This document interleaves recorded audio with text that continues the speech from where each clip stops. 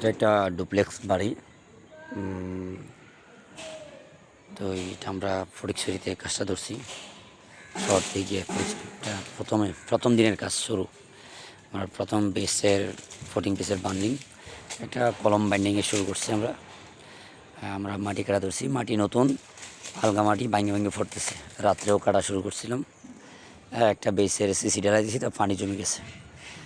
তো পানি ফিসে আমরা একটা বেস ঢালাই দিছি, আর একটা বেস ঢালাই দিছি। বেস ঢালার পরে আবার পানি চলে আসে। পাশাপাশি আমরা মাঠ ফার্ম রাখছিলাম, মাঠ ফার্ম দিয়ে পানি জমে গেছে, মাঠ ফার্ম দিয়ে পানি ফিচে ফেলছি। এই দিন ডালার পরে রাত্রে পানি জমে গেছে। প্রত্যেকটা বেশি একই অবস্থা, সিসি দেওয়ার পরেই পানি জমে যায়। তখন কী করতাম, আমরা পানি ফিচে ফেলতাম। এই দেখেন বেশ ঢালার পরে পানি ফিচেই ডালাই দিছি প্রত্যেকটাই, তারপর পানি জমে যেত। কারণ চতুর্পাশে তো পানি তো হয়ে দেখছেন, পানি জমে গেছে, রাত্রে বৃষ্টি হয়েছে, পানি জমে গেছে। তো এই প্রত্যেকটা কাজই মাটি বেস কাটার পরে আবার মাটি বড় হয়ে যেত। এই পর্যন্ত কাজ হয়েছে আপাতত এই ডুপ্লেক্স বাড়িটা।